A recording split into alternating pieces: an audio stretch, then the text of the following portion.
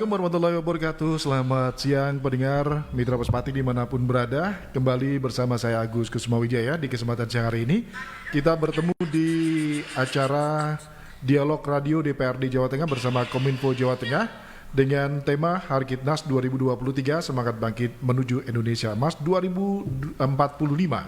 Di mana di kesempatan siang hari ini narasumber yang hadir di studio ada Ketua Komisi D DPRD Jawa Tengah, Dr. Haji Insinyur Alwin Basri MM MIKOM yang juga masih dalam perjalanan. Kemudian yang sudah hadir di studio ada anggota Komisi D DPRD Jawa Tengah, Hajah Kartina Sukawati SEMM. Selamat siang Ibu. Selamat siang. Assalamualaikum, selamat siang. Waalaikumsalam. Selamat siang pendengar semua. Oke.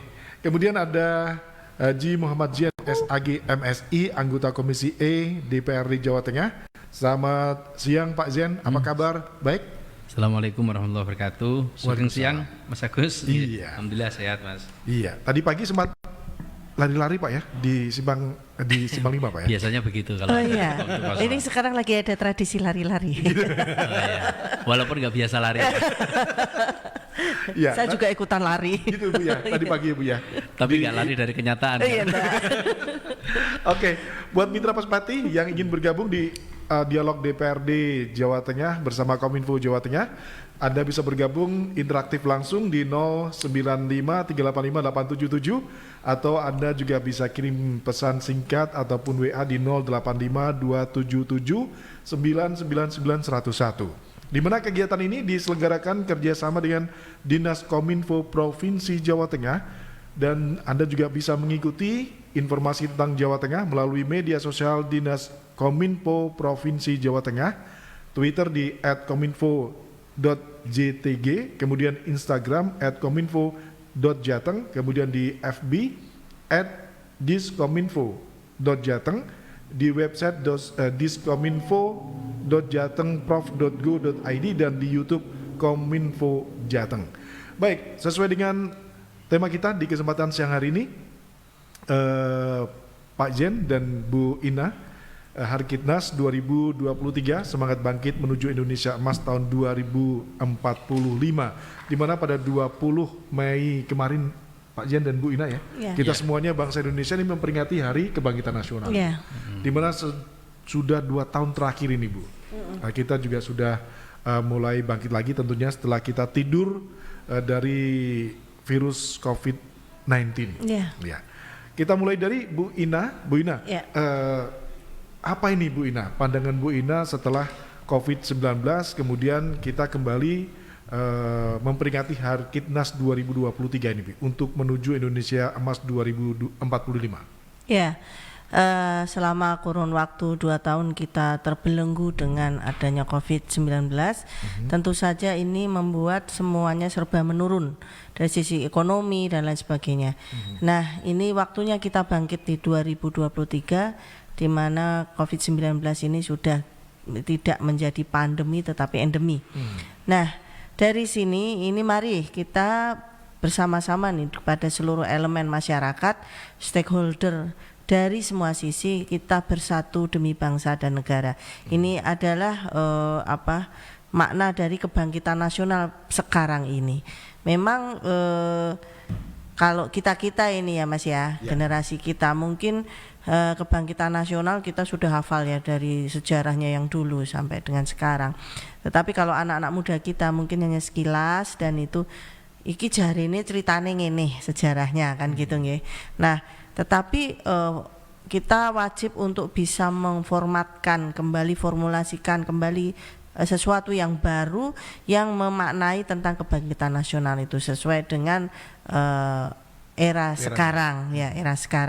Jadi momen ini sangat bagus untuk memersatukan seluruh elemen bangsa, dan ayo kita bangkit bersama-sama. Tanpa bersama-sama kita tidak bisa. Kita tahu bahwa era sekarang ini era perubahan globalisasi, orang cenderung lebih egois. Nah, sekarang kita kembalikan jati diri kita bahwa kita itu tidak pernah yang namanya egois. Jadi kita bersama satu dan bahu membahu untuk bangkit dari keterpurukan dan kita bangkit kembali secara nasional, karena kita tahu bahwa Indonesia akan menuju ke Indonesia emas di 2045, di mana ini memang ditargetkan untuk kita menjadi negara maju, bukan lagi menjadi negara berkembang atau menuju maju, tetapi sudah ke negara maju. Indonesia Bu ya sudah menuju ke negara maju Bu ya. Iya. Oke, Bu, ini kan dalam dalam era sekarang ini kan banyak masyarakat kita tuh yang sibuk dengan yang namanya sabak canggih Bu ya. Nah, alias gadget ini Bu. Nah, bagaimana Bu menumbuhkan kita ini untuk bisa kembali bangkit, bisa kembali seperti yang dulu, walaupun banyak orang yang mencibir bahwa pergaulan dulu itu agak tabu begitu Bu ya, karena sudah kemakan zaman begitu. Tapi banyak penelitian di Australia bahwa yang namanya jagongan ataupun cangkruan itu sekarang sudah nggak ada, tapi dulu pernah dipelajari oleh Australia. Nah ini bagaimana anggota dewan ini di Jawa Tengah khususnya untuk bisa mengembalikan keakraban, keguyuban masyarakat yang dulu bisa berinteraksi seperti dulu. Jadi gini, kalau dulu kita kan belum ada gadget, jadi harus saling bertemu, bertatap muka, ngobrol, cangkruk, kopi-kopi dan lain sebagainya. Nah, eranya sekarang udah berbeda, semua adalah era gadget. Semula kita kan juga khawatir ya, kita duduk nih bertiga. Omong-omongan enggak pernah ya, langsung semua kan pakai gadget gini, lihat-lihatan ya di gadget itu. Jangan-jangan kita WA-an nih bertiga nih sebenarnya enggak omong-omongan gitu. Iya. Tetapi bangsa Indonesia ini punya culture yang unik. Yes, jadi kita biasa bersosialisasi gitu ya. Jadi adik-adik kita yang generasi kita mempunyai cara tersendiri untuk berkomunikasi. Saya kaget Mas, kemarin saya buka-buka TikTok ya. TikTok ternyata di dunia TikTok juga luar biasa, di dalamnya YouTube juga luar biasa. Mereka berkomunikasi sebenarnya, tapi dia lewat udara begitu. Ini juga ada depan loh sebenarnya, omong-omongan ada depan walaupun itu di dunia maya begitu. Nah ini juga kita optimis bahwa walaupun semua merubah tatanan kehidupan dengan perilaku dan sebagainya, tapi kita optimis kalau kita bisa bersama-sama. Ayo, ini kita tidak mungkin bisa membendung nih teknologi dan lain sebagainya, tetapi bagaimana kita mendudukkan jati diri kita sebagai orang Indonesia, di mana orang Indonesia itu tidak lepas dari sosialisasi, saling guyup, gotong royong dan lain sebagainya. Dan inilah menjadi tugas kita bersama selaku juga anggota dewan. Saya dengan Mas Yen ini kalau sudah turun ke bawah, ya sudah bagaimana caranya untuk mereka bisa ayo bareng-bareng kita wujudkan komunikasi bersama. Ayo kita yang dulu misalnya mungkin zaman biyen itu namanya arisan sudah biasa, sekarang tumbuhkan lagi arisan misalnya seperti itu, hal-hal sepele-sepele di mana ini bisa tetap kita menjadi jati diri kita sebagai bangsa yang gemar bersosialisasi, gemar membantu sesama dan gemar menolong di antar para tetangga kita dan sebagainya. Itu saya yakin bisa ditumbuhkan itu Mas, karena kita juga tidak serta-merta terbukti dengan 17 Agustusan kemarin. Saya juga pesimis, habis Covid nih jangan-jangan ini lah kok malah tambah guyup, tambah ini RT juga tambah ini. Berarti sebenarnya culture itu tidak hilang, hanya kita pertahankan saja untuk bisa ini. Ya. Pak Yen, kalau Bu Ina tadi bilang bahwa walaupun terjangan teknologi digital yang begitu masif banget Pak, tapi juga ternyata masih bisa guyup rukun seperti pada saat 17-an. Nah ini menurut Pak Ian sendiri seperti apa Pak nih? Ya, terima kasih para pendengar Pas FM, Mas Agus yang saya hormati, Bu Nyai Ina. Aku tadi untuk label Bu Nyai ini gimana ini? Tausiahnya banyak sekali tapi tidak apa-apa, memang siang-siang harus diisi seperti ini supaya tidak ngantuk. Prinsipnya sama dengan Bu Ina, di situasi seperti ini maka sudah seharusnya kita sebagai pelayan publik, pelayan masyarakat untuk terus memberikan semangat dan motivasi minimal untuk diri kita sendiri Mas Agus, agar bisa berbuat yang lebih untuk bersama-sama dengan masyarakat yang lain pasca Covid. Tentu butuh energi lebih ya untuk membangkitkan kembali giroh semangat seluruh lapisan masyarakat di semua kelas. Sebetulnya kita nggak ingin membuat kelas-kelas Mas, tapi memang harus kita sampaikan di sini di situasi dan kondisi apapun dalam konteks pekerjaan apapun hari ini, maka harus ada komitmen bersama untuk bangkit dari berbagai hal ya. Kalau bicara soal pelayanan dasar urusan wajib ya, di bidang kesehatan kita harus bangkit ya. Covid kemarin harus menjadi pembelajaran kita. Nampaknya tidak hanya Indonesia, semua negara, tapi kita Indonesia termasuk negara yang gagap juga ketika menghadapi situasi COVID. Itu artinya banyak hal yang harus kemudian kita upayakan terkait dengan infrastruktur kesehatan kita juga harus kita perbaiki. Rumah sakit kita, SDM-nya juga harus kita evaluasi. Tentu butuh banyak orang-orang yang berkualitas di sini dan juga sumber daya yang lain ya. Maka inilah yang saya sebut ada hikmah di balik setiap kejadian atau musibah apapun yang terjadi di negeri ini.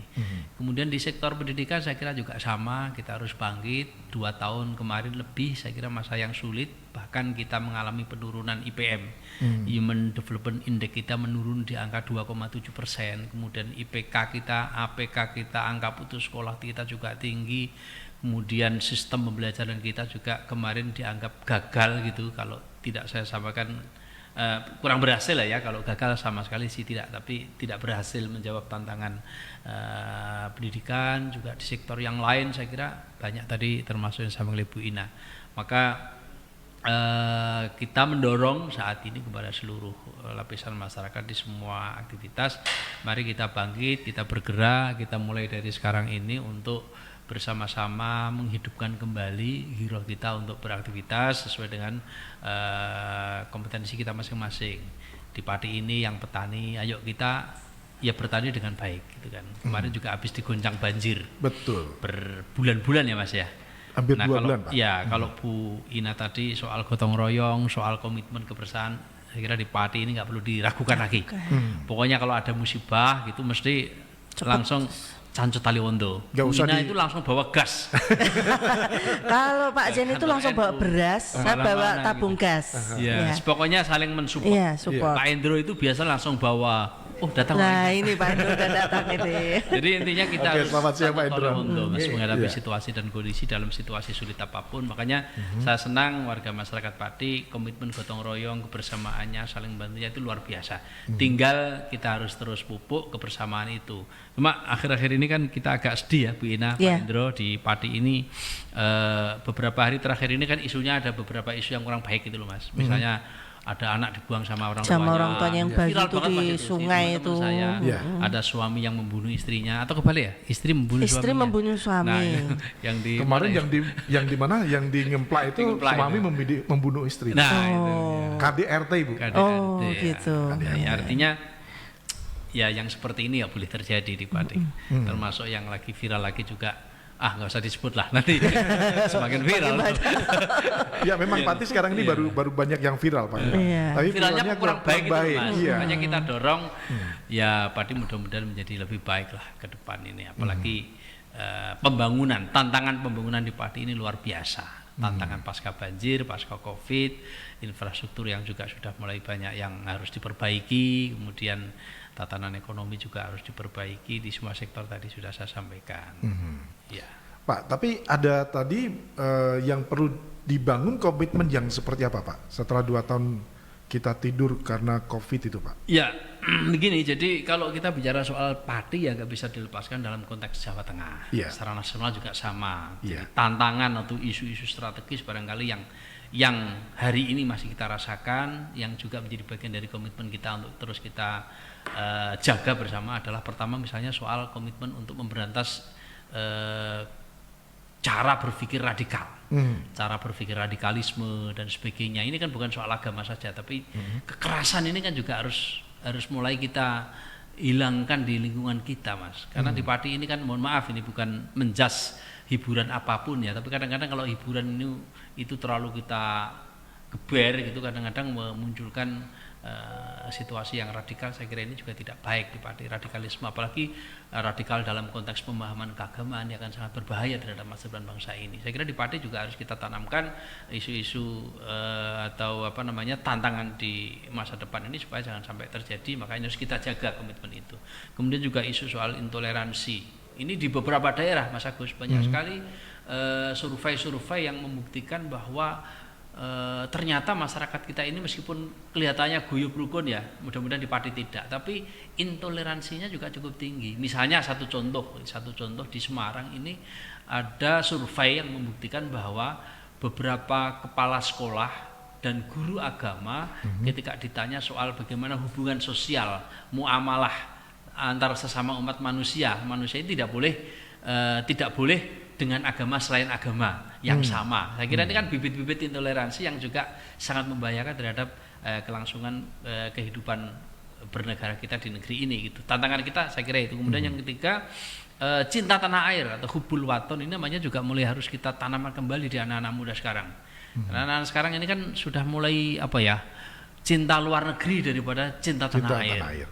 Ketika sekarang kan lagi isu soal musik Coldplay apa itu? Oh, Coldplay. Waduh, itu sampai 8 juta loh. Itu kan pro kontra ini kan sekarang ini. Sebelah sana mengatakan bahwa mereka ini bukan soal hiburan saja tapi bahwa misi LGBT dan sebagainya. Di satu sisi juga sama dan sebagainya. Nah, ini anak-anak muda terbawa isu itu, ada yang pro dan kontra, yang mengedepankan isu agama berarti dia menganggap bahwa ini haram dan berbahaya terhadap bangsa, tapi yang mengedepankan isu demokrasi dan toleransi dan cinta tanah air ini nggak apa-apa sepanjang masih bisa menjaga budaya bangsa ini. Kemudian soal juga ketimpangan sosial ini hari-hari ini juga kita sangat merasakan sekali ya, Mas Agus. Ya dampaknya saya kira luar biasa. Kasus yang menimpa, mohon maaf ini saya sebut anak Dirjen Pajak yang kemudian sampai menimbulkan fenomena pejabat sekarang takut membawa tas Hermes gitu ya. Gue nyindir aku. Emak-emak nih. Anak pejabat takut bawa mobil. Padahal KW ya tasnya ya. Dan memang ini secara alamiah Tuhan menunjukkan kepada publik, kepada masyarakat bahwa kita sebagai pejabat, sebagai pejabat publik ini jangan sampai serta-merta dan semena-mena kemudian menggunakan fasilitas itu untuk menunjukkan kepada publik kalau kita ini orang kaya, tapi kita tahu bahwa kita ini pejabat, masyarakat tahu bahwa kita ini pejabat gitu. Yang kedua, yang terakhir, banyaknya isu-isu yang sekarang ini kan era media sosial ya Mas. Betul. Jadi semua digerakkan melalui digital printing ya. Jadi semuanya digerakkan dari sana. Jadi kalau ini tidak bisa difilter betul oleh kita sebagai anak-anak muda, generasi muda di momen seperti ini, maka sangat mudah anak-anak muda sekarang ini menyerap informasi yang tidak benar atau itu dijadikan sebagai mindsetnya. Yang terakhir saya kira soal cybercrime atau perang cyber ini, dunia maya, soal narkoba, soal kekerasan, soal demokrasi dan sebagainya, ini juga tantangan kita hari ini. Jadi ini ada 6 isu, 6 tantangan di tengah-tengah Hari Kebangkitan Nasional ini, di tengah-tengah situasi kita kemarin habis dari COVID, maka harus terus kita jaga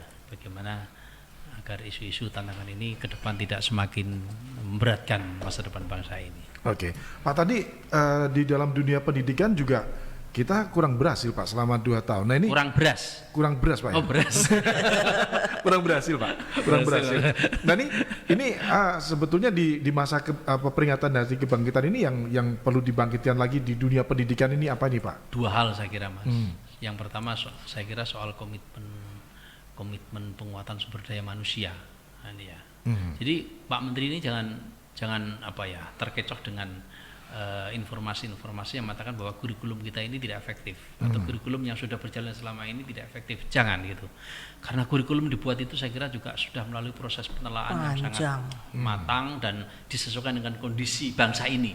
Nah, ada local wisdom yang harus dipegang. Tidak bisa semua harus dikaitkan dengan digital, dikaitkan dengan teknologi tanpa memperhatikan kearifan lokal wisdom juga. Ada yang disebut dengan pendidikan itu adalah yang disebut dengan akhlak atau budi pekerti, dan itu tidak bisa dilakukan oleh siapapun kalau tidak dilakukan dengan cara tatap muka. Mohon maaf ini karena Pak Menteri kan ya pendidikan ini yang penting kan knowledge-nya masuk, tapi di dua hal, aspek afektif dan psikomotorik harus juga masuk di dalam kanal dunia pendidikan. Ini yang saat ini dievaluasi oleh teman-teman praktisi pendidikan. Ilmu masuk tapi akhlak, moral, perilaku anak-anak sekarang sangat membahayakan terhadap masa depan bangsa ini. Yang pertama, yang kedua, saya kira soal komitmen pendidikan ini juga tantangannya ya ke depan, saya kira tidak hanya menjadi ranah pendidikan formal, Mas. Masyarakat, dan yang paling utama adalah keluarga. Karena di dalam konsep pendidikan itu kan pertama keluarga, pendidikan formal, sekolah, dan masyarakat. Yang sekolah mungkin sudah jalan, Mas, dengan kurikulum, dengan tatanan-tatanan yang ada yang dibuat oleh negara gitu dan masyarakat. Tapi bagaimana dengan keluarga, bagaimana dengan masyarakat hari ini yang juga sangat banyak memberikan dampak, membentuk karakter perilaku anak-anak ini, kurang mendapatkan guidance yang benar gitu dari negara maupun dari masyarakat. Ini tantangan kita dua hal itu, saya kira. Oke, baik, sebelum kita ke Pak Indro, Indro Dwi Cahyono selaku anggota Komisi E DPR di Jawa Tengah, kita rehat dulu Pak. Ya. 3-4 menit, nanti setelah itu kita balik lagi, kita ngobrol lagi di dialog DPRD Jawa Tengah bersama Kominfo Jawa Tengah. Baik. Kami akan kembali. Anda masih bersama 101 FM Radio Paspati. Radio Paspati. Aduh, STB lagi. Nyari set-top box. Tuh, udah kakak beliin. Bukan set-top box, Kak, tapi STB, sinyal tidak beres. Emang ngapain nyari-nyari sinyal? Ini loh, lagi nyari-nyari di internet, universitas mana nih yang berkualitas? Kira-kira di mana ya, Kak? Oh, kalau itu jelaslah di UPGRIS, Universitas PGRI Semarang dong. Karena lebih dari 80% alumni UPGRIS nih terserap dalam dunia kerja kurang dari 6 bulan setelah lulus. Contohnya kakak nih, setelah wisuda langsung deh dapat kerja. Teman kakak juga tuh yang sering main ke rumah, namanya Habib Adi, anak teknik mesin UPGRIS, langsung keterima di Pertamina loh. Ada lagi nih, teman kakak itu tuh si Ruroh, anak matematika, sekarang udah jadi pegawai negeri dan mengajar di salah satu SMA negeri loh. Keren kan? Wah, kalau gitu, Ade juga mau deh kuliah di UPGRIS biar nggak jadi PNS alias pengangguran dan sarjana. Kami memang membekali mahasiswa baik kependidikan maupun non-kependidikan dengan soft skill yang kami sebut dengan ISQ 3.0 dan mereka kenang sampai mereka lulus dan digunakan sampai mereka tinggal bersama masyarakat. More info kunjungi websitenya di pmb.upgris.ac.id atau bisa melalui WhatsApp di 0813 2607 2225 atau di 0813 2607 2226. Universitas PGRI Semarang, The Meaning University. Apa yang akan Anda lakukan setiap jam 1 siang? Sekarang saatnya Anda akan tetap seger sumringah bersama Puder 38. Di Zona Qasidah, Puder 38. Iya. Simak tembang-tembang penggugah kolbu Zona Qasidah bersama Puder 38 jam 1 siang setiap hari kecuali Minggu, hanya dari 101 FM Radio Paspati, saluran informasi warga Pati. Puder 38 pancen ho. Oh, sak celegukan kroso kasihate. Puder 38 sanggup ngusadani sak warnaning sakit kepala, pegel linu, letih lesu, sakit pinggang lan sakit gigi. Yen sampean mumet, ngelu, gusi bengkak lan boyok pegel sarta letih lesu, langsung wae diombeni Puder 38. Puder 38 sak celegukan kroso kasihate. Bu Siti, ada apa Bu? Bu, ini loh, bingung caranya matiin alarm mobil. Aduh, gimana ya? Wih, mobil baru ya Bu? Iya Bu, habis dapat hadiah undian Tamades dari Bank BPR BKK Pati. Hah? Kok bisa Bu? Gimana caranya? Caranya, buka tabungan Tamades dan deposito di BPR BKK Pati. Setoran awal cuma 50.000 untuk Tamades, deposito minimal 1 juta, berhadiah mobil, sepeda motor, TV, kulkas, Magicom diundi 1 tahun sekali loh Bu. Mau dong Bu? Tapi aman kan Bu? Iya Bu, BPR BKK bank milik pemerintah. Dijamin LPS, administrasi ringan, bunga menarik, ada hadiah langsungnya juga loh. Sudah ya Bu ya, saya jalan dulu. Ayo, nabung di Bank BPR BKK Pati. Kantor pusat Jalan Pemuda 296A Pati. Telepon 386 030. Hubungi kantor cabang terdekat. Gembong, Duku Seti, Wedari Jaksa, Kayen, Jaken, Jakenan, Pucak Wangi, Winong, Margorejo, Celuak, Margoyoso, Trogowungu, Sukolilo, Juwana, Tambak Romo, Batangan, Gabus, Kantor Kas TPI Juwana, dan Gunung Wungkal. Bank BPR BKK Pati, banknya pemerintah, aman, dijamin LPS. Kalian masih suka dengerin radio nggak? Masih. Kadang-kadang sih. Dengerin, kalau di mobil dengerin. Kadang-kadang. Masih kalau di jalan.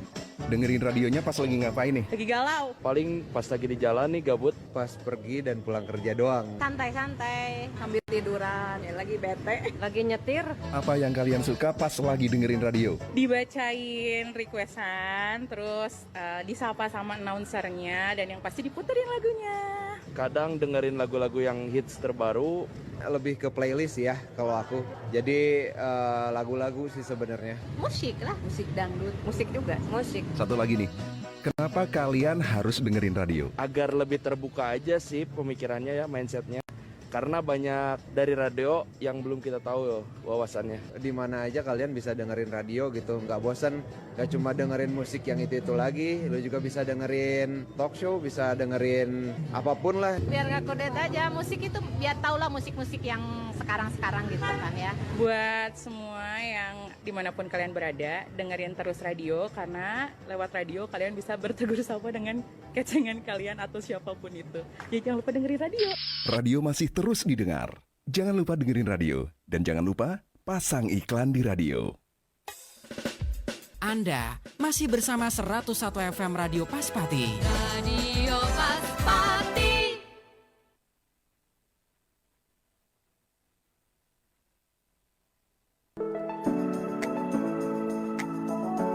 Anda masih mengikuti Dialog Parlemen DPRD Provinsi Jawa Tengah. Ngobrol asik bareng Dewan. Baik, terima kasih Mitra Paspati. Kita balik lagi di dialog siang hari ini. Ada 3 narasumber yang hadir di studio. Ada Bu Ina, ini dia dulu asli, memang orang Pati sih ya.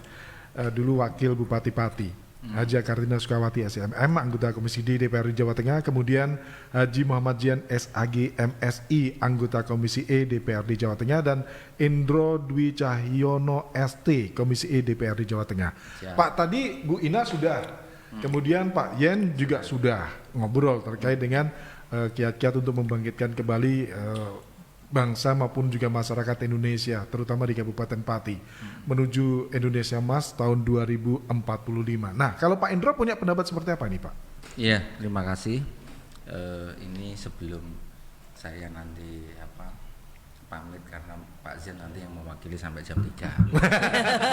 Ini pamit tadi sudah gini Pak, tadi sudah pakai janjian Pak, nanti saya 1:30 mau cabut gitu katanya Pak. Ya nanti biar Bu Ina sendiri nggak apa-apa. Nggak apa-apa. Ya. Tadi sudah dibully tadi soalnya.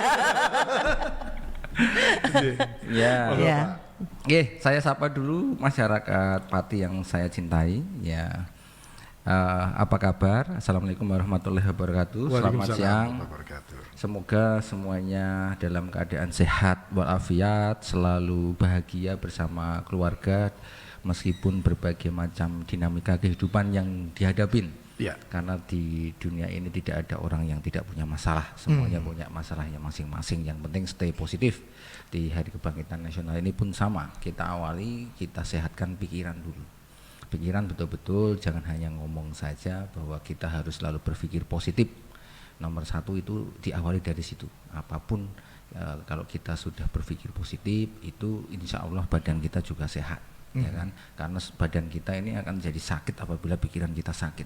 Sebetulnya nggak apa-apa, tapi karena kita berpikir aduh saya ini kayaknya kena kena flu sedikit gitu aja dianggap jangan-jangan saya ini COVID lagi. Jadi nanti merasa-rasa macam jangan bentar aku masih punya lidahku ngerasakan sesuatu enggak, wah ini saya bau apa enggak gitu. Akhirnya kita tersugesti, tersugesti bahwa diri kita sakit. Iya. Yang kan kalau kita pernah juga kalau dilihat di medsos itu kan kita ada semacam konten di mana di situ orang itu terjebak di dalam kulkas gitu kan, tempat pengawetan sapi daging gitu, cold storage, dipikirnya wah ini dingin banget. Akhirnya dia benar-benar mati kedinginan, padahal setelah ada orang masuk memang ada orang lain masuk gitu, dicek itu sebetulnya nggak dingin, dalam kondisi normal suhunya nggak terlalu dingin banget, tapi karena dia tersugesti bahwa ini dingin banget, dia benar-benar mati membeku dan meninggal kan gitu. Nah ini adalah salah satu semangat dari awal kepada seluruh masyarakat Kabupaten Pati. Nomor satu kita pikiran kita harus sehat dulu, jangan berpikir yang negatif dan selalu positive thinking. Nah setelah itu kita mulai dengan niat yang baik, kita harus melakukan segala sesuatunya dengan tekad hari ini harus lebih baik dari kemarin kan gitu. Dan setiap hari setelah melangkah, sudah melakukan segala sesuatu harus selalu melakukan evaluasi dan introspeksi diri, dan selalu mau mendengarkan setiap masukan dan saran dari orang untuk kemudian ke depannya kita harus perbaiki. Dalam menghadapi tantangan global seperti saat ini, kalau kita track back ke belakang bahwa Hari Kebangkitan Nasional itu maknanya apa sih gitu. Itu dimulai dengan adanya organisasi Budi Utomo. Ya kan, organisasi Budi Utomo itu apa? Kenapa kok sampai Presiden Soekarno menyatakan itu Hari Kebangkitan Nasional kan gitu, tahun 48 itu. Nah itu kenapa kok bisa seperti itu? Apakah selama ini kita nggak bangkit? Nah kenapa? Karena sebelumnya bangsa kita udah dijajah Belanda sekian ratus tahun gitu. Kita semuanya sudah berjuang. Kita tidak terus diam saja. Tapi perlawanan itu kan secara sporadis, ya, sporadis, tidak terorganisir di dalam suatu tekad bersama Nusantara. Mereka orang misalnya Cut Nyak di Aceh berjuang sendiri dia di sana, tidak ada koneksi, tidak saling berintegrasi dengan perjuangan saudara-saudaranya di pulau-pulau yang lain. Sama yang di Sulawesi misalnya misalnya Hasanuddin gitu. Hasanuddin berjuang sendiri. Nah itulah kemudian setelah dengan adanya Budi Utomo ini, ya, artinya ini di sini kemudian seluruh pemuda Indonesia, ya kan, seluruh pemuda Indonesia kemudian bersepakat bersatu bahwa bertanah air satu, tanah air Indonesia, berbangsa satu, bangsa Indonesia ini berjuang. Nah inilah kemudian kita akhirnya alhamdulillah bisa bangkit. Nah katakanlah bangkit inilah kemudian dari seluruh muncul Negara Kesatuan Republik Indonesia, NKRI harga mati. Nah untuk menghadapi ini ayo bersama-sama kita isi kemerdekaan ini ke depan dengan cara seperti apa? Ya tadi nomor satu pendidikan. Pendidikan itu orang tua harus sepakat bahwa jangan kita berpuas diri bahwa lulus SMP cukup. Sekarang itu fakta, karena kebetulan saya bergerak di bidang penempatan tenaga kerja ke luar negeri juga, dan saat ini menjadi mentornya Pak Zen dalam penempatan bahwa saya jadi narsum toh kalau Mas Agus ya Pak ya. Betul, siap. Yang tahu kondisi lapangan. Ya ini bercanda aja, Pak Zen ini mentor saya. Ya kalau kita tegang nanti malah nggak enak. Ya kita santai aja Pak. Saya sering kalau mau kunjungan itu diajarin dulu sama dia. Saya banyak tutorialnya tutornya Pak. Tutor saya ajarin nakal Pak. Tapi saya udah berhenti dia mulai. Cek. Ya, jadi lapangan kerja yang saat ini tersedia di Republik ini baru bisa mengakomodir lulusan SMA. Ini fakta. Iya. Ya kan. Nah ini saya berharap, saya setiap tahun selalu bilang, ayo kita bareng-bareng nomor satu pendidikan di bangsa kita, jangan. Ya sebagai contoh, orang-orang Filipina itu mengirimkan tenaga kerja ke luar negeri itu pendidikan minimal SMA. Dan ini fakta bahwa orang-orang Filipina ini ternyata gajinya, standar gajinya rata-rata selalu di atas orang Indonesia di semua jenis pekerjaan. Rata-rata. saya tidak bilang semuanya ya, rata-rata orang Filipina ini selalu di atas gaji orang Indonesia di berbagai jenis pekerjaan, tidak hanya masalah TKI dengan low skill, tapi semi skill maupun high skill, rata-rata seperti itu. Dan kepercayaan apabila di suatu posisi tertentu di luar negeri ini terutama ada suatu posisi yang bersifatnya adalah di atas atau sebagai koordinator atau sebagai manajer, orang Filipina selalu cenderung lebih dipercaya. Ya, kita ngomong Filipina bukan berarti kita di bawah Filipina, karena hal ini saat ini saya berbicara adalah mengenai tenaga kerja. Mereka Filipina juga mengekspor tenaga kerja. Dan mereka lebih masif karena rata-rata masalah bahasa Inggris, ya kan, bahasa Inggris akhirnya kemampuan bahasa Inggris mereka yang menjadi second language, ya kan, itu menguntungkan bagi mereka. Untuk di low skill mereka selalu di atas kita, kemudian katakanlah di rodok-rodok semi skill misalnya kerja di kapal pesiar, kemudian perawat gitu, ya perawat kayak gitu, itu selalu orang-orang Filipina selalu mendapatkan tempat yang lain lebih daripada kita. Jadi kita harus fight betul-betul untuk bisa mengisi posisi itu, baru kita dapat. Tapi orang Filipina tuh lebih sebelumnya, kalau orang katakanlah gini aja deh, di Hong Kong atau di Taiwan itu mereka ingin mencari penjaga baby atau babysitter, itu orang-orang kaya itu akan pertama pilihannya adalah orang Filipina. Pada saat sama-sama mereka bekerja, orang Indonesia tidak kalah, bahkan cenderung lebih baik dalam mengerjakan pekerjaannya. Tapi starting point di awal mereka menang. Oleh sebab itu maka yuk bareng-bareng nih. Nomor satu, pendidikan. Pendidikan ini dasar semuanya. Kita dalam membuat keputusan segala sesuatu itu diawali dari background pendidikanmu apa, kan gitu. Nah, yang kedua apa? Skill. Ya, orang Indonesia ini tidak terbiasa bahwa kita spesialisasi, ya kan. Orang di luar negeri ini selalu compare ya, maksudnya kita demi lebih baik. Kalau di luar negeri ini Bu Ina pasti lebih berpengalaman karena putrinya bekerja sekolah di luar negeri. Merasa ya menang deh itu tetap. Ya kan? Sambil kerjaan. Ya. Di luar negeri itu orang anak-anak SMP mulai diarahkan ke part time job ya. Bukan, mau dispesifikkan betul-betul itu mulai kelas 1 SMA. Penjurusan berarti. Penjurusan. Ya? Kalau dulu memang ada Bu ya, penjurusan ya. IPA, IPS itu dulu ada Pak. Ya, dulu lebih spesifik lagi. Iya. SMA sekarang kelas 1 udah mulai penjurusan. Sekarang kelas 1 ya. Berarti ini karena mungkin benahan Pak Menteri ini, ya, dia kan juga orang-orang Singapura. Udah lama sebetulnya Pak. Ya dulu kita SMP kan SMP. Ya. Dan benar-benar itu diarahkan ke sana. Artinya setelah itu mereka sebelum menuju ke universitas benar-benar dia diarahkannya, oh kamu memang sudah IPA pun, ya, kamu mau menuju kemana? Udah dari SMA ini udah disiapkan untuk kemudian universitasnya menuju ke situ. Jadi nggak gagap-gagap, oh sekarang trennya apa, saya masuk ke situ.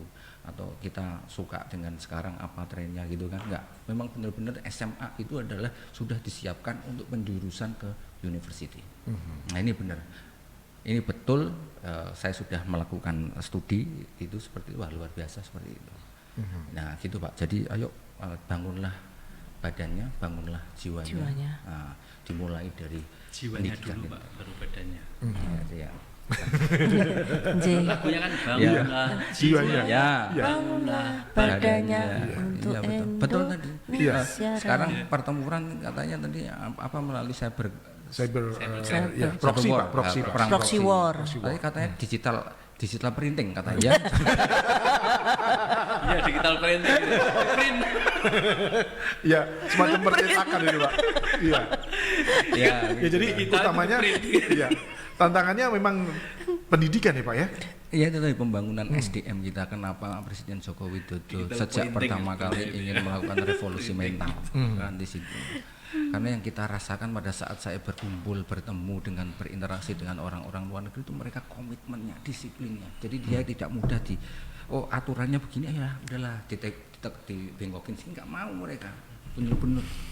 Jadi orang hidup di luar negeri, di negara-negara maju itu udah semuanya jelas gitu aturannya, rules, mereka langsung ngikuti. Dia selalu obey the rule, nggak mau diajak main-main Kalau orang Indonesia aturannya begini ya, bagaimana caranya? Itulah Indonesia, Pak. Ada keunikan sendiri. Culture-nya tadi. Kaitannya dengan pendidikan. Sebelum saya pamit. Jadi begini Mas, saya sepakat dengan Pak Indro. Memang ada yang bukan salah sih, tapi lebih harus ada evaluasi terkait dengan sistem pendidikan kita, terutama hari ini kan sudah 70% SMK. Kemudian SMA-nya 30%. Artinya ketika sudah SMK ada beberapa hal yang harus diperhatikan oleh negara dan masyarakat. Pertama, ketika kita sudah menjadikan SMK menjadi pusat pendidikan dan pelatihan, pusat pengembangan ilmu, pengetahuan dan teknologi, kemudian juga pusat untuk membangun kemitraan dunia kerja dan industri, maka harus diperbaiki sistem pendidikan kita khususnya di SMK. Ya memang kalau masih mengacu kepada pola lama yang tidak dibarengi dengan anggaran yang cukup, maka saya yakin SMK kita yang jumlahnya banyak ini akan tertinggal. Bisa dibayangkan jumlah SMK kita itu 70% pendidikan menengah yang 70%, tapi saya masih melihat SMK kita itu fasilitas pelatihan atau kompetensi yang mestinya harus dikuasai, baik di semua jurusan, ada 71 jurusan mulai dari otomotif sampai pertanian macam-macam, itu masih memakai pola lama. Misalnya motor itu masih pakai motor jadul gitu loh Mas. Harusnya kan nggak boleh begitu, harus menyesuaikan dengan keadaan sekarang gitu ya. Kalau sekarang sudah misalnya pakai apa itu kemarin yang punyanya mobilnya yang anaknya Dirjen Pajak itu pakai listrik, bukan mobil apa yang kemarin dia punya mobil apa bagus gitu loh. Jadi mobil kita masih mobil Toyota zaman dulu itu, jadi mesinnya berbeda. Itu yang kita rasakan hari ini tuh masih seperti itu, sehingga pendidikan pelatihan jalan, pengembangan pengetahuan juga jalan, tapi kemitraannya nggak jalan. Lulusan SMK banyak yang tidak bisa terserap di sektor industri, dunia kerja dan industri itu. Ini juga harus dilakukan tantangan. Apalagi bicara soal kompetensi lulusan SMK yang kemudian bermitra dengan luar negeri. Di beberapa daerah di Jawa Tengah, SMK yang sudah memiliki agreement atau MOU ya, antara SMK dengan Toyota, dengan Honda di Jepang sana lancar, karena setelah lulus otomatis mereka dilatih di sana karena sudah ada komitmen di awal itu. Tapi kan nggak banyak, hanya 1-3% saja. Yang sisanya itu kan banyak. Ini tantangan kita ke depan, soal pengangguran, soal keahlian, soal kompetensi ini nampaknya juga harus menjadi perhatian serius oleh pemerintah. Kalau tidak melanjutkan ke perguruan tinggi, kalau melanjutkan perguruan tinggi sih no problem ya, karena dia masih harus diasah kompetensinya di jenjang perguruan tinggi. Tapi kalau sudah lulus MK, maka saya yakin karena mogol tadi itu akhirnya muncul pengangguran baru produktif di masyarakat, usia produktif Mas. Makanya kemarin BPS Jawa Tengah melalui Dinas Pendidikan Jawa Tengah menyampaikan ada 555.000 anak usia SMA 16-18 tahun yang tidak memiliki keahlian khusus di Jawa Tengah. Itu kan ngeri. Tidak memiliki keahlian khusus itu kan bisa jadi dia, karena dia nggak lanjutkan perguruan tinggi loh Pak. Tapi dia kalau nggak usaha kecil-kecilan, apalah serabutan atau kerja yang tanpa ada keahlian, ini kan kemampuan, kalau bisa survive tidak masalah, tapi ada jaminan nggak mereka bisa survive bekerja di sektor informal itu sampai tua? Kalau tidak, pasti akan muncul pengangguran di Jawa Tengah. Ini khusus satu contoh saja. Jadi saya sepakat, Pak Indro ini kan banyak relasi di luar negeri ya. Jadi banyak. Kalau Bu Ina itu grade kedua, saya 3, ini grade 1. Karena urusannya dengan PJTKI, kemudian soal umroh, haji dan sebagainya, mesti ada perbandingan di luar negeri. Maka ya, mari kita bersama-sama ini Pak Indro dengan saya bulan di Komisi E, kita bareng-bareng memberikan masukan kepada pemerintah terkait dengan anggaran juga harus kita maksimalkan, kemudian SDM-nya jangan-jangan kita sudah siap, gurunya belum siap. Itu yang juga banyak kan, anak-anak alatnya sudah siap, ada bantuan dari ini dari UNICEF, dari ini macam-macam, tapi SDM-nya nggak ada. Di beberapa perguruan tinggi yang kayak politeknik kayak gitu, kemudian di SMK itu ada alatnya siap, bantuan dari Jepang, dari China, dari ini, tapi gurunya masih gagap gitu kan. Karena nggak ada pelatihan, nggak ada itu dan sebagainya. Akhirnya kerjasama dengan BLK, dengan Disnaker, baru ada pelatihan yang sifatnya khusus terkait dengan alat itu untuk menjamin kompetensi lulusan SMK, lalu kemudian dideklat, kemudian dapat sertifikasi, baru dia bisa bekerja. Itu kan terlalu berputar-putar di situ. Jadi memang perlu kesinambungan dan sinergitas antara pemerintah dan DPR serta masyarakat. Ya. Satu lagi nih, ya biar dia nggak pulang keluar. Oke, siap. Terima kasih Pak Yen. Oke, selamat jalan, hati-hati Pak Zen. Ya. Nanti kalau ada info kita diinfoin Pak. Ini kita ngomong, nggak apa-apa ya. Bahwa kalau kita ketemu sama anak-anak sekolah di luar negeri, anak-anak SD, SMP itu, kita lewat lorongnya itu, mereka ada di kelas gitu, kita ngeliat dari kaca. Mereka, halo. Begitu mereka keluar, misalnya lagi break time gitu, ketemu, itu berani menyapa mereka. Halo, siapa? Maksudnya dalam bahasa Indonesia gitu, who are you? Pakai macam-macam. Ya mereka berani, berbeda, sangat saya rasakan Bu Ina, bahwa pada saat ketemu sama murid-murid orang Indonesia cenderung diam, minder gitu ya. Itu kita nggak semuanya ya, semuanya, tapi rata-rata kebanyakan tuh anak-anak kita yang mungkin inilah yang dimaksud harus direvolusi mental. Saya ketemu sama anak-anak yang bersekolah di luar negeri katakanlah, itu kalau ketemu itu aja gurunya juga gitu, maksudnya pada saat ketemu break time ya itu tadi dia ngobrol berani. Anak-anak kecil loh Pak, anak-anak SMP kelas 1 kelas 2 gitu masih, saya pikir masih lucu, masih pemalu, enggak, mereka berani menyapa, salaman, who are you, kamu mau ngapain kesini gitu. Betul, beda-beda banget ya. Gitu. Padahal faktanya pada saat saya berdiskusi dengan teman-teman saya yang sudah pernah kuliah di luar negeri, entah dari beasiswa maupun bayar sendiri, orang Indonesia pada saat sudah melebur dengan mereka sekolah, nggak kalah, kemampuan nggak kalah. Iya. Ini harus kita ambil benang merahnya supaya kita bangkit ini tadi. Iya. Dan kalau saya pernah juga baca ataupun nonton di YouTube itu Pak, orang Papua yang sama sekali belum tersentuh pendidikan, ketika mereka ditangani oleh tenaga pendidik yang benar-benar profesional dan sesuai dengan kompetensi yang dimilikinya, ternyata mereka juga bisa juara dunia. Iya, betul. Iya. Jangan-jangan Ribut Wahidi kalau dia dari kecil di Italia mungkin pemain kelas dunia betul. Iya. Ya kan? Nah, kalau kita melihat hal seperti itu Bu Ina, ini sebetulnya yang jadi pemikiran teman-teman di DPR di Jawa Tengah, ini di dunia pendidikan, ini kan apakah ini terbentur oleh anggaran atau karena ketidakmauan dari pemerintah ini Bu? Iya.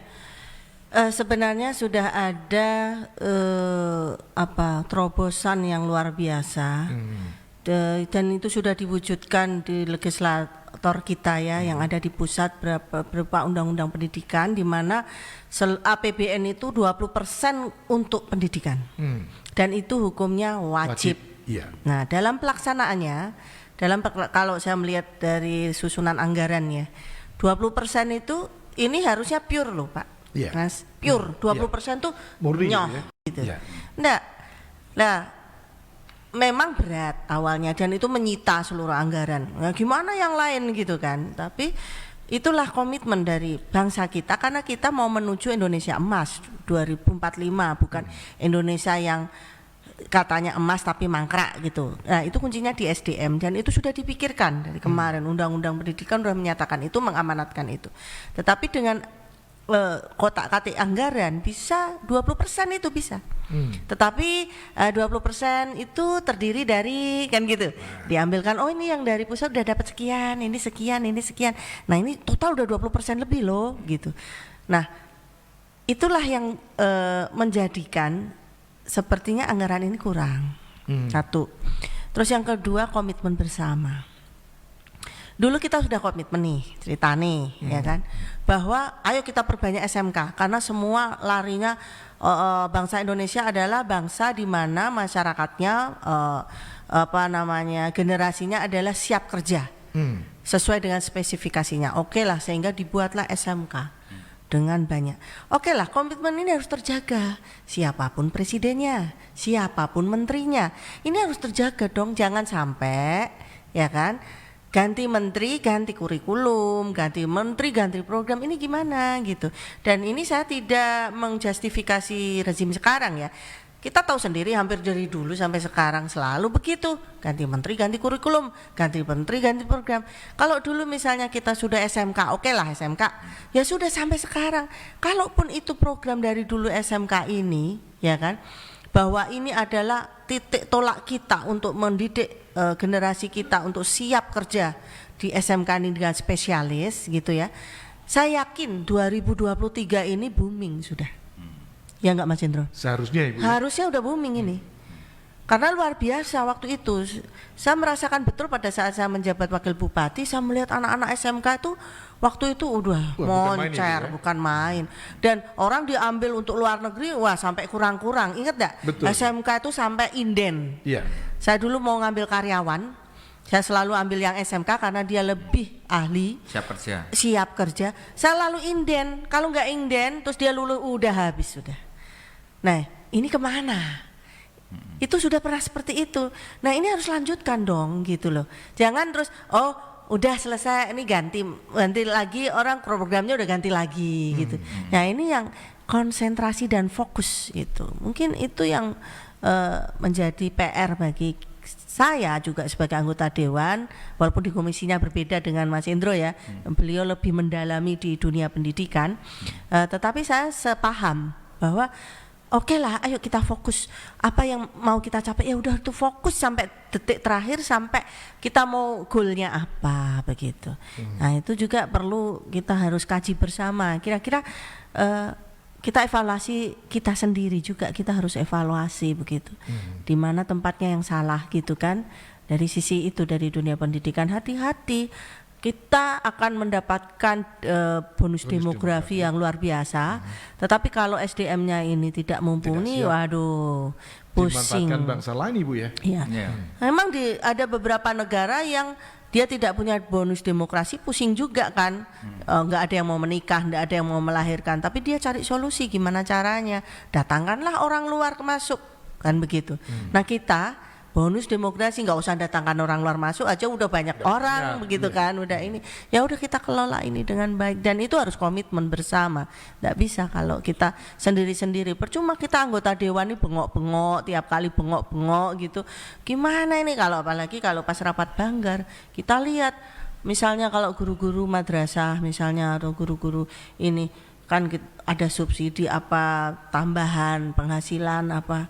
Nah, kita bengok-bengok untuk ditingkatkan seperti itu ya, kita bisa lah nyampaikan itu. Tapi kalau nggak ada political will dari seluruh elemen, saya kira ya agak susah itu. Oke Bu, kita istirahat untuk beberapa menit lagi Bu. Nanti kita lanjutkan untuk ngobrol lagi dan masih tetap di tema yang sama, semangat bangkitan Harkitnas 2023. Baik, kita juga ucapkan selamat jalan untuk Pak Indro. Mudah-mudahan banyak yang bermanfaat untuk masyarakat Kabupaten Pati. Oke, masih bareng saya Agus Kusumawijaya dan dua anggota dewan sudah KO. Mereka sudah pergi ya biasa, karena juga mau mendekati tahun-tahun politik, mereka harus nyambangi yang namanya konstituen gitu Ibu ya. Betul. Ada tadi Pak Jen mau ke Gabus, kemudian Pak tadi mau ke Ceruak apa kemana tadi ya? Ya biasa dah. Ya kita kasih waktu mereka untuk bertemu dengan konstituennya. Biar saya dengan Bu Ina saja yang pada kesempatan siang hari ini untuk ngobrol di dialog DPRD Jawa Tengah bersama Kominfo Jawa Tengah.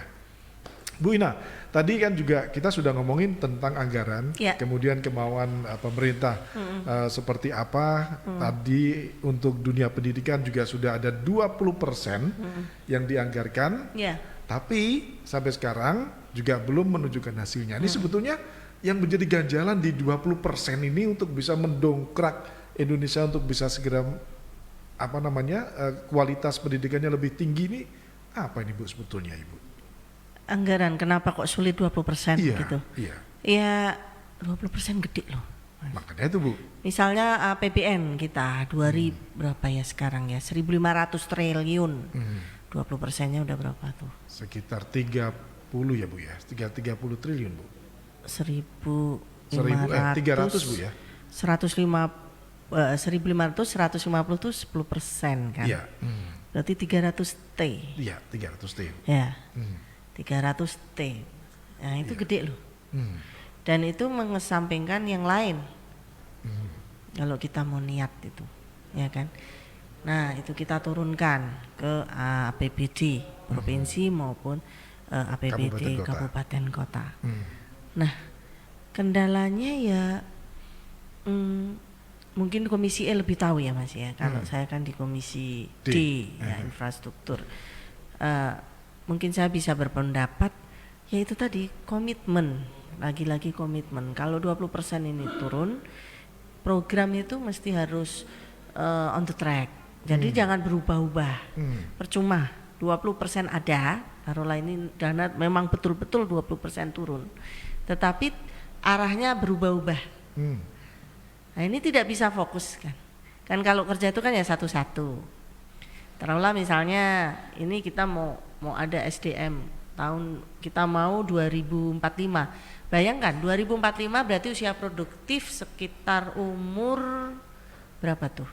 Kalau sekarang 30 sampai 40 tahun ya. 20 sampai 40 tahun sekitar itu ya. Sampai 50 tahun ya produktif. Berarti sekarang yang nanti 2045 sekarang nih berarti anak-anak kita yang lagi kuliah. Betul, ya. Ya kan? Yang lagi kuliah. Berarti kalau kita mundur lagi belakang berarti anak-anak yang sekarang sudah lulus SMA atau SMK, ya kan? Nah, ini kalau kita komitmen besok berarti ini semua harus melek semua, melek keterampilan, melek semua. Oke, berarti udah anggarannya konsentrasi di situ semua. Nah, dari situlah nanti akan muncul ke depan. Ya, 2045 udah terlihat ini gitu. Jangan begini. Oke, tahun ini kita SMK nih yang kita fokuskan. Tahun depan bukan loh, kita pindah arah misalnya, pindah arah. Nah, ini nggak fokus, aduh. Kocar-kacir juga, walaupun 20% udah keluar ya. Ya, jadi memang perlu sebetulnya harus on the track dulu ya. Iya, on the track. Sesuai dengan komitmen kita mau sana mau target apa gitu. Jadi tidak bisa kita berpindah-pindah rel Ibu ya. Iya, berpindah-pindah rel. Nah, itu sangat merugikan. Nah, itu ibarat kita mau berbisnis nih. Mau berbisnis, kita mau buka apa di depan. Oh, aku mau jadi bos yang paling tinggi misalnya untuk kuliner gitu. Kuliner saya harus punya 10 tahun ke depan saya harus punya cabang 10 restoran misalnya. Tapi baru jalan berapa, kita baru punya restoran 1, tiba-tiba kita tertarik nih. Oh, ini bikin restoran ya. Habis itu ke sana, aduh, aku mau bakulan aja deh. Jualan aja deh, kan nggak bisa. Jadi pikirannya harus fokus kalau mau ke sana ya sana. Iya. Jadi ibarat orang mau nembak sesuatu, memang harus mengincarnya harus satu ya. Iya, satu. Tidak bisa mengincar di banyak titik. Iya, di banyak titik. Kalaupun itu ada banyak titik, arahnya ke sana. Dan itu jangan berubah-ubah gitu ya, harus ke sana gitu. Kita mau nih 2045 generasi kita emas. Ya sudah, kita arahkan semua ke sana. Iya, betul. Ya, semua elemen. Tidak bisa cuma dari pendidikan doang, kementerian cuma 20%, tapi tanpa didukung yang lain. Dari Kementerian Perindustrian juga sama. Oh, berarti arahnya ke sana, kita harus Indonesia emas. Oke, berarti kita lapangan pekerjaan harus kita genjot yang bisa menerima ini. Nah, begitu. Harusnya kan? Begitu ya, Bang? Semua elemen guyup ke arah sana. Iya. Jadi memang yang sekarang dipersiapkan, walaupun nanti entah mereka itu mau ke bidang kesehatan, bidang sosial, politik, terserah. Yang penting fokusnya ini sudah ke sana, arahnya ke sana semua. Kalau yang lulus SMA berarti ke universitas ya ini, ya udah enggak apa-apa, arahkan ke sana. Tapi di sini kan kemarin dulu kan udah kita mikir semua harus siap kerja di 2045 gitu kan, kita pikirnya kan begitu. Tidak semua orang mampu ke S1, ke S2, ke S3. Nah, SMA harus siap kerja, SMA siap bekerja, arah ke sana 2045. Ya sudah, kita harus konsekuen ke sana gitu. Ya, jangan berubah-ubah. Oke, kemudian ini sudah ada yang bergabung Ibu. Monggo, silakan mengunjuk dulu Ibu. Baik, tema semangat bangkit menuju Indonesia Emas. Bagaimana sosialisasi Dewan untuk kaum remaja yang masih labil? Kemarin ada kasus pelajar usia 18 tahun meninggal karena bunuh diri, ada bullying juga di sekolah. Bagaimana mensikapi ini? Monggo Ibu Ina. Ya, kita tahu bersama bahwa sekarang adalah era digital. Dan kita tidak mungkin bisa menahan sekuat apapun negara itu. Dibilang negara tirani bambu lah, apa yang bisa mengukup Sekarang tidak mungkin bisa. Tadi kita memang harus menerima itu. Dan di dalamnya itu luar biasa, semua ideologi semua tumpek blek di situ. Dan ini tugas kita untuk bisa membawa anak-anak kita selamat ke depan. Kalau dibilang orang tua itu harus melek teknologi, oke. Tetapi kalau harus mengikuti teknologi, saya kira saya sendiri aja gaptek, Mas. Iya. Kalau ada apa-apa aja saya minta tolong anak saya, tolong dong.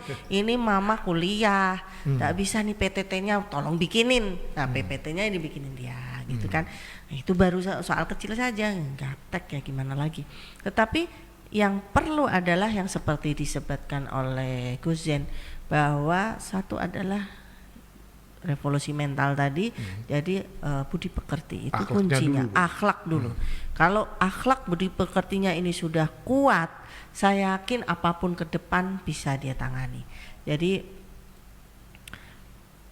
kembali lagi ada bullying. Kenapa ada bullying? Karena tidak ada akhlak di dalamnya, ya. Pendidikan agama yang kurang, bagaimana dia harus berperilaku dan sebagainya, timbullah bullying. Ya kan, kenapa ada anak yang bunuh diri, ya karena tingkat keimanannya, mungkin juga dia tidak ada orang yang mau diajak ngomong dan lain sebagainya.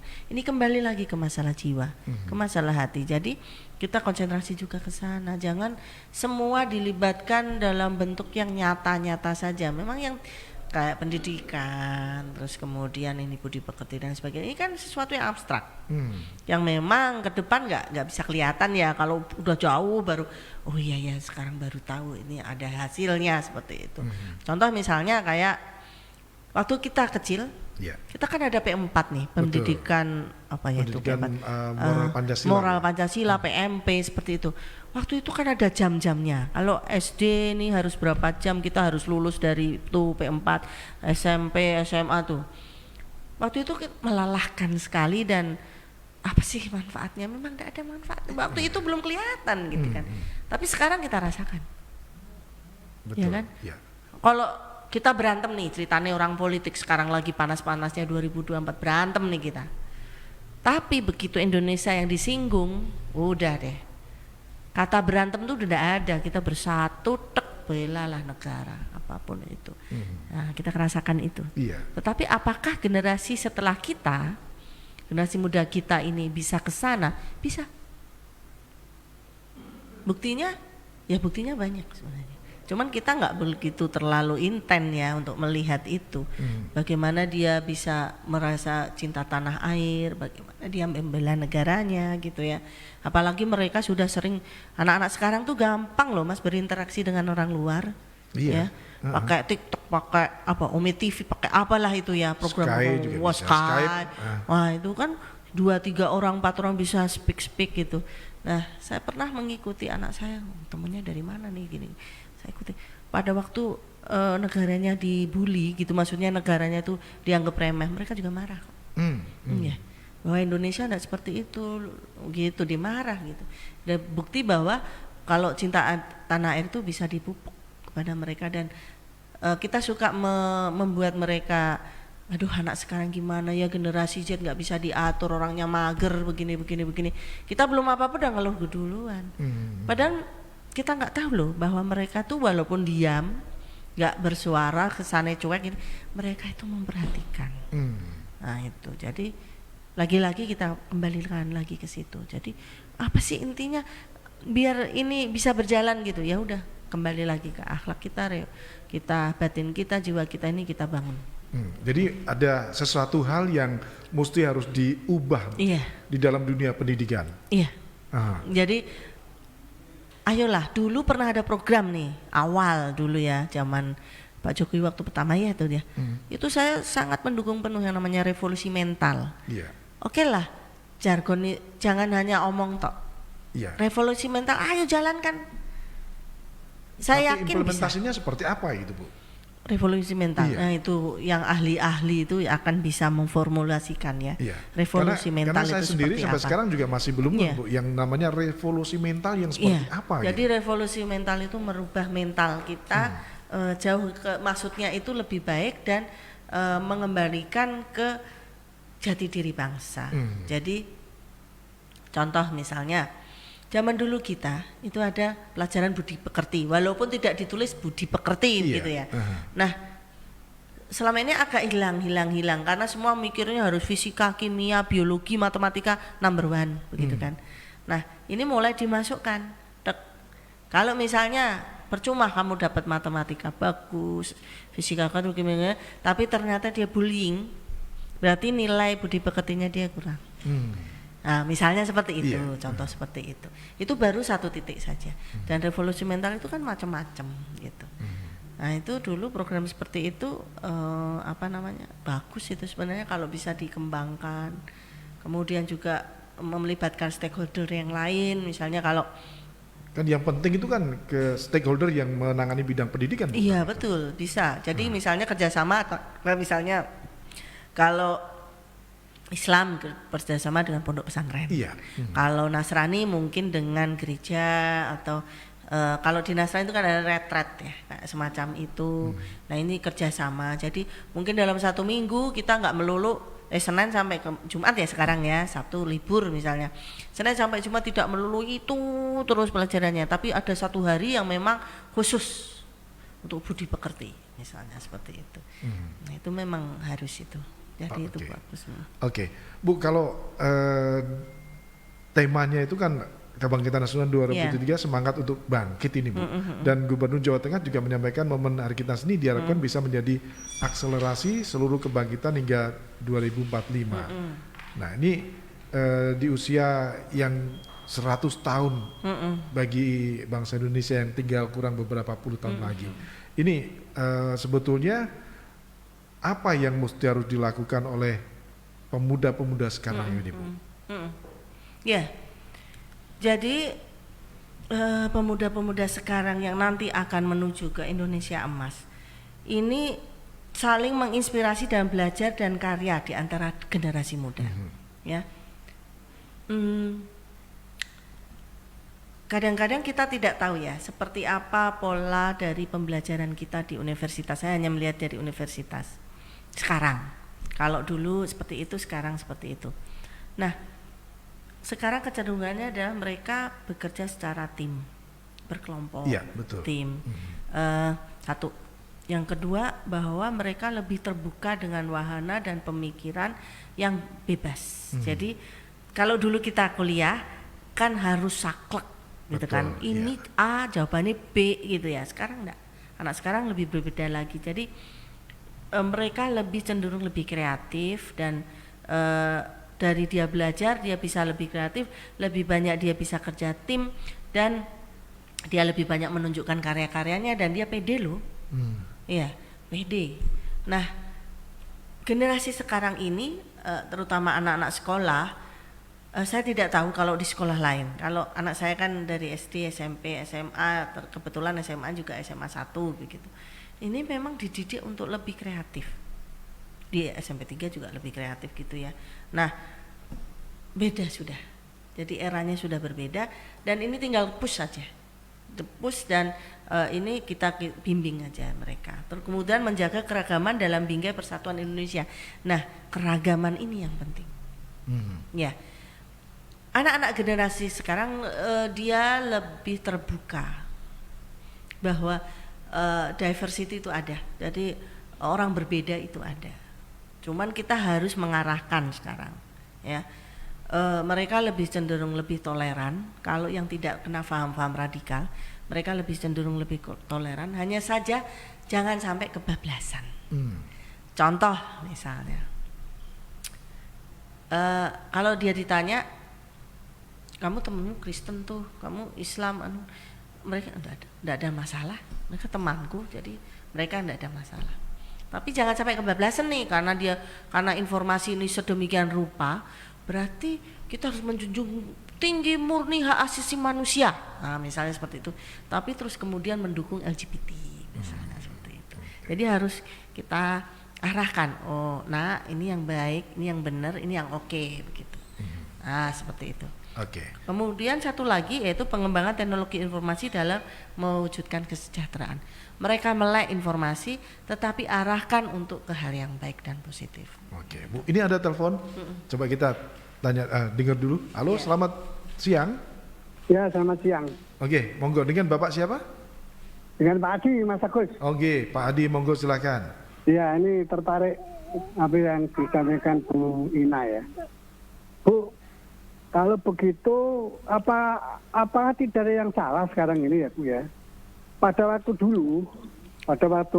pemimpin-pemimpin yang dulu itu, atau zaman Orde Baru, Orde Lama lah kalau Orde itu ya, atau zaman Pak Harto lah. Itu kan mempunyai program yang namanya garis-garis besar haluan negara. GBHN ya. Kemudian ada Repelita, rencana pembangunan 5 tahun, 5 tahunan sampai 25 tahunan. Nah, untuk menghindari supaya tidak gonta-ganti program, Menteri Pendidikan ganti, programnya ganti. Kemudian gubernurnya ganti, programnya ganti lagi. Kemudian nanti jangan-jangan presiden ganti, programnya ganti lagi. Nah, untuk menghindari itu apakah tidak terpikir dari sekarang Bu, mengembalikan pola sana seperti dulu? Jadi pendidikan 90 tahun dengan rancangan garis-garis besar haluan negara, sehingga nantinya pemimpin yang penerus dari pemimpin yang sekarang itu tidak begitu gampangnya aja merubah. Yang jadi korban itu akhirnya anak didik kita, Bu. Dan ini sudah terbukti ya sekarang ini. Jadi seperti Menteri Pendidikan sekarang Pak Nadiem, ini latar pendidikannya begini ya. Dia punya program yang seperti yang dimaui dia. Programnya bagus seperti yang Bu Ina katakan tadi. Akhlak, kemudian P4 dan sebagainya yang notabene sudah berjalan dengan baik dan sudah kita rasakan manfaatnya. Begitu ganti menterinya, ganti. Akhirnya mentak terus itu loh. Jadi mau jambu ya, orang mateng-mateng. Iya. Setengah mateng dipangan ya enak ya kan. Enggak dipangan wis setengah mateng. Ngenteni matenge malah diundang urung nganti mateng. Ini gimana Bu ini? Ini kira-kira mungkin dia itu ya bisa dilakukan, harus kembalikanlah seperti dulu ya, meskipun polanya beda, meskipun polanya beda, tapi paling tidak arahan pembangunan atau arahan apapun untuk jangka panjang itu bisa pelan-pelan ya 5 tahunan, akhirnya kan tercapai titik-titik yang seperti katakan. Jadi SMK lah, itu tadi dia mengatakan itu bagus, begitu ganti menteri, polanya ganti, tengah matang lagi ya.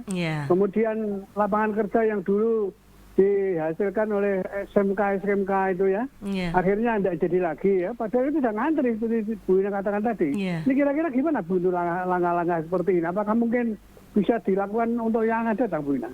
Terima kasih. Terima kasih Pak Adi. Terima kasih banyak. Monggo Bu Ina langsung bisa diberikan jawaban. Zaman dulu kita ada GBHN Repelita ya. Jadi semua on the track dari situ.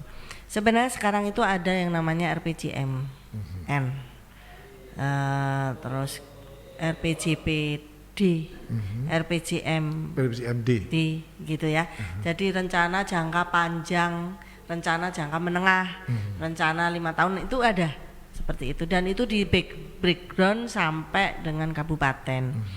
Hanya saja masuknya ini apakah bisa lebih bisa mengayomi seperti GBHN seperti itu. Nah, itu menjadi tantangan dari legislatif kita, terutama untuk yang di tingkat pusat, bagaimana formula yang sudah harus menuju ke sana. Kemarin nggak ada wacana kira-kira beberapa tahun yang lalu bahwa akan ada membentuk untuk semacam GBHN seperti itu, Repelita. Itu sudah ada wacana dari teman-teman dari pusat ya, DPR RI, dari Senayan, untuk kita membuat seperti itu. Tapi entah sekarang sudah masuk kemana ini rancangan undang-undangnya ya, saya juga belum tahu. Dan betul, jadi perlu diketahui bahwa di beberapa negara, sepertilah taruhlah negara contoh saja ya, panjenengan tahu seperti Jepang, kemudian India. India itu IP tingkat indeks ini indeks IQ ya, itu indeks belajarnya apa, kalau istilah dari komisi IP apa gitu ya, saya kurang begitu ini jelas. Indeksnya tinggi, jadi dihitung kualitas manusianya itu tinggi dia. Nah, saya heran kenapa ya, padahal Perdana Menteri itu tiap 3 bulan, 6 bulan itu kan tiap kali ganti. Menteri juga ganti. Setiap kali ganti Perdana Menteri, menteri ini ganti gitu. Tapi kenapa pendidikannya ini tetap aja ongoing gitu, nggak ada kok gonta-ganti kurikulum. Kalaupun saya pernah bertanya nih sama temen yang ada di luar, kok bisa gitu gimana? Ya itu ada pos-pos yang tidak boleh diganggu-gugat. Jadi itu harus berjalan 30 tahun gitu. Tetapi ada titik-titik yang memang harus berubah menurut perkembangan zaman. Dan itu memang dirubah oleh legislatif. Jadi nanti oleh parlemen begitu. Tetapi ada yang 30 tahun yang ini komite tidak boleh duduk-duduk. Oh begitu ya. Sebenarnya kita bisa seperti itu. Kan seperti ada, kalau di kita kan ada yang namanya Perda RT RW Bu ya? Iya, yang tata ruang itu kan panjang 30 tahun. Iya, yang 30 tahun. Itu kan mestinya bisa kan? Bisa. Kan itu juga akan ada evaluasi tiap 5 tahun sekali.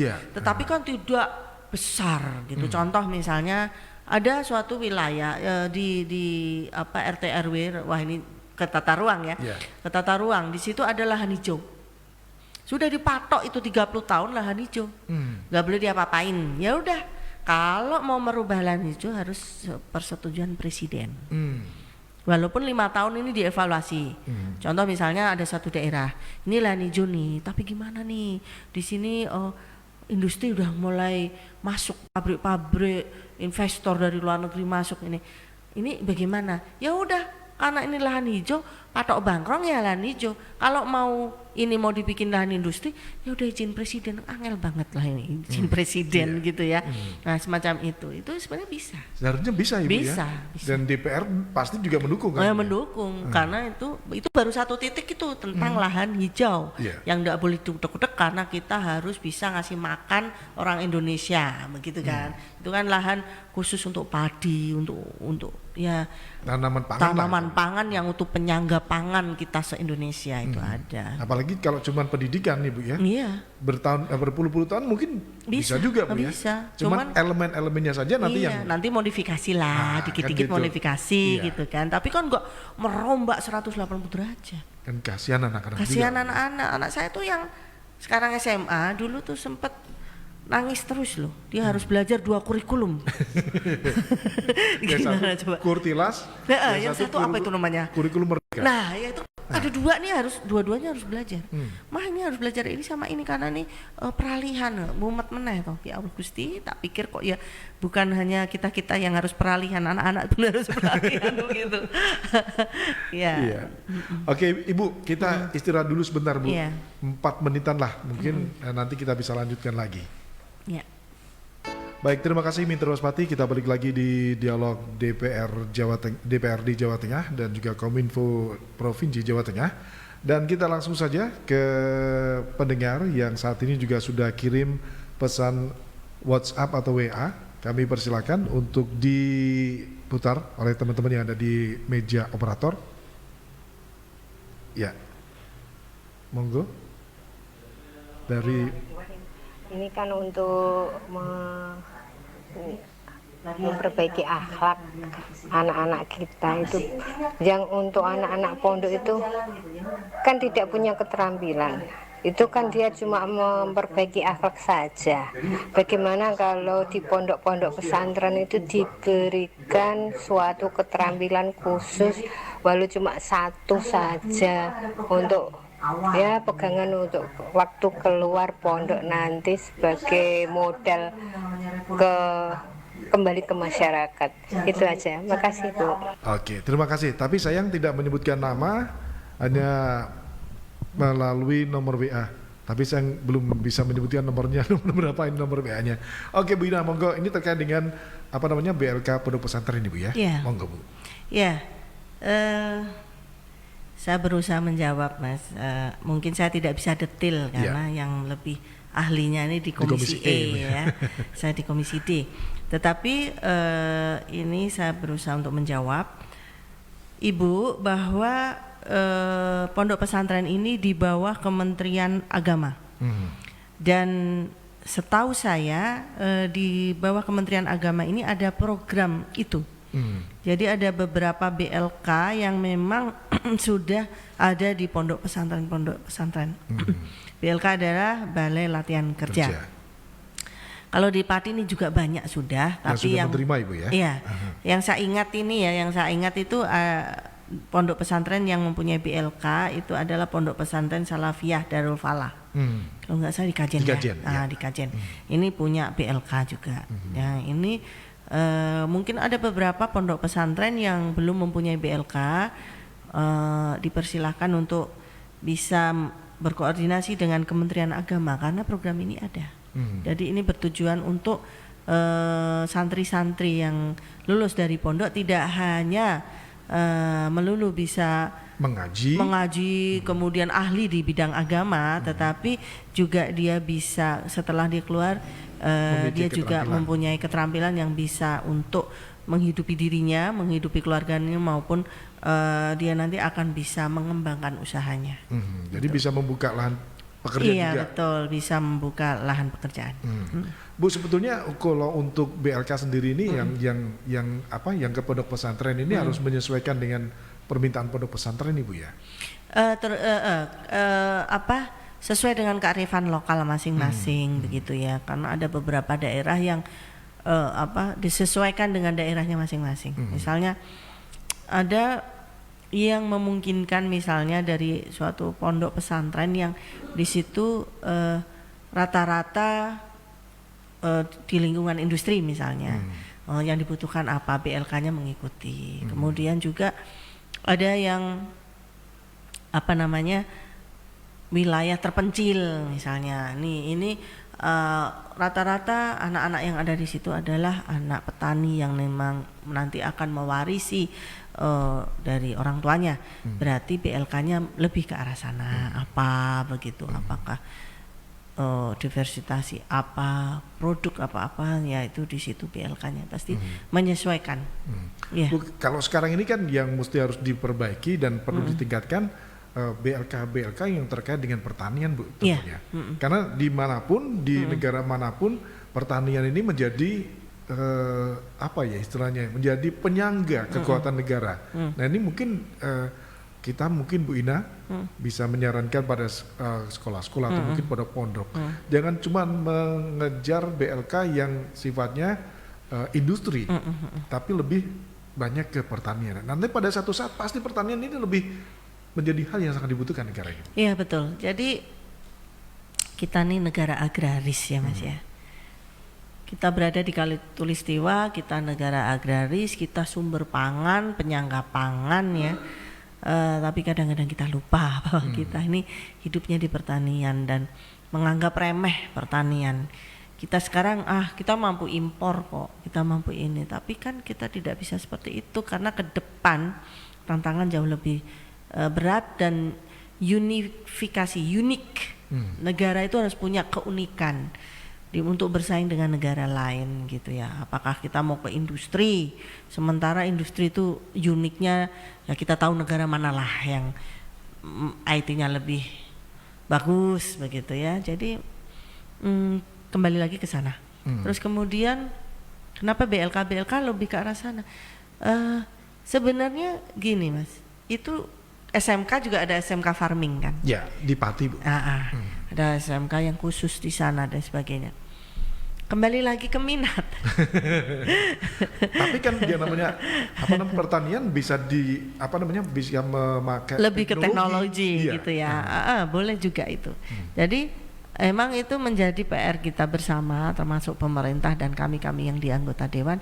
Kira-kira bagaimana ya bahwa dunia pertanian ini yang berhubungan dengan tumbuhan dan segala macamnya ini menarik. Intinya di situ dulu. Kalau kita mau program nge-push gini tapi nggak ada yang tertarik, gimana? Anak-anak mau bertani aja nggak mau begitu kan? Jadi ya mereka nggak maunya karena gelepotan itu Ibu. Tapi kalau sudah tahu hasilnya pasti mereka. Jadi kalau misalnya kita bisa menyajikan sesuatu yang bisa membuat dia yakin bahwa dia mantap nanti di masa depan, saya tidak akan kelaparan misalnya, tidak akan saya ke depan ini masa depannya cerah di dunia pertanian. Itu kita bisa tunjukkan, itu kita buktikan itu, ya itu pasti minatnya banyak. Jadi tergantung bagaimana kita mengolah untuk mempromosikan ini, Ibu, iya, kepada jadi masyarakat, kembali meyakinkan lagi ini, ya itu tanggung jawab pemerintah dan tanggung jawab kami sebagai legislatif, bagaimana caranya ini supaya generasi kita ini sekarang, yang generasi muda ini lebih tertarik dengan pertanian. Iya, terkait di bidang pertanian juga. Pendidikan pertanian ya semuanya penting. Penting semua. Ada perikanan ya kan. Iya. Ibu, ini juga pesan apa ini Bu yang ingin Ibu sampaikan kepada masyarakat untuk dapat bangkit bersama dalam menuju Indonesia yang lebih maju? Iya. Jadi Bapak Ibu Saudara semua pendengar ya, baik generasi yang lalu, generasi muda, generasi tua, generasi sekarang, generasi yang akan datang, bahwa bangsa Indonesia ini bangsa yang besar dan kita yakin 2045 adalah menjadi bangsa yang maju, negara yang maju dengan Indonesia emasnya. Ayo kita gapai itu. Caranya apa? Kita harus kerja keras, kerja cerdas, dan kerja ikhlas. 3 itu memang harus dipegang. Dan tidak ada sesuatu yang tidak mungkin. Semua bisa kita kerjakan karena memang kita diciptakan Tuhan mempunyai pemikiran yang luar biasa. Jadi tetap semangat dan tetap percaya diri bahwa ke depan kita pasti jauh lebih baik dan jauh lebih bagus. Kalaupun ini masih ada ontran-ontran, berantem lah masalah politik lah 2024 lah gini-gini, itu nanti akan berlalu. Masa-masa itu akan berlalu dan kita tetap harus hadapi ke depan itu suka tidak suka gitu loh. Tetap kita punya tantangan ke depan dan itu tantangan bukan karena kita harus berantem di dalam. Betul, gitu loh. Tetapi tantangan kita yang sesungguhnya di luar. Ingat 2025 kita sudah open. Tadi sudah disampaikan kan, masa tenaga kerja kita kalah sama Filipina. Gimana? Ya, kita udah besar dan kita mampu dan orang tuh takut loh dengan Indonesia. Takut. Betul. Kita ini macan tidur katanya. Indonesia adalah dijuluki dengan bahasa macan tidur. Berarti kalau dia bangun nakutin, gitu kan. Nah supaya nggak bangun bagaimana? Ya udah kita dibikin ribut terus lah. Terus generasi muda kita dibikin tidur terus lah, enak-enak, mager, gitu ya? Mager. Toh begini aku juga bisa naik sepeda motor. Oh toh begini aku bisa begini. Nah itu dibikin seperti itu. Oleh karena itu, ayo kita bangun. Ke Hari Kebangkitan Nasional kita ingat bahwa leluhur kita ya, kakek nenek kita yang kemarin sudah berdarah-darah berjuang agar bangsa ini berdiri ya. Untuk itu kita hanya tinggal melanjutkan saja. Ayo kita kerja keras, kerja cerdas dan kerja ikhlas. Ya itu. Ada closing statement Bu? Ya saya kira itu saja. Oke. Ya, apalagi ya. Oke Bu, terima kasih banyak hadirnya di studio Radio Paspati dalam dialog DPRD bersama Radio Paspati di kesempatan hari ini, hari Jumat tanggal 25 Mei. 26 ya, 26 Mei 2023. Baik Bu, terima kasih banyak. Mudah-mudahan yang kita obrolkan bermanfaat buat masyarakat Kabupaten Pati khususnya dan Jawa Tengah umumnya. Selamat siang, sampai jumpa. Wassalamualaikum warahmatullahi wabarakatuh. Waalaikumsalam warahmatullahi wabarakatuh.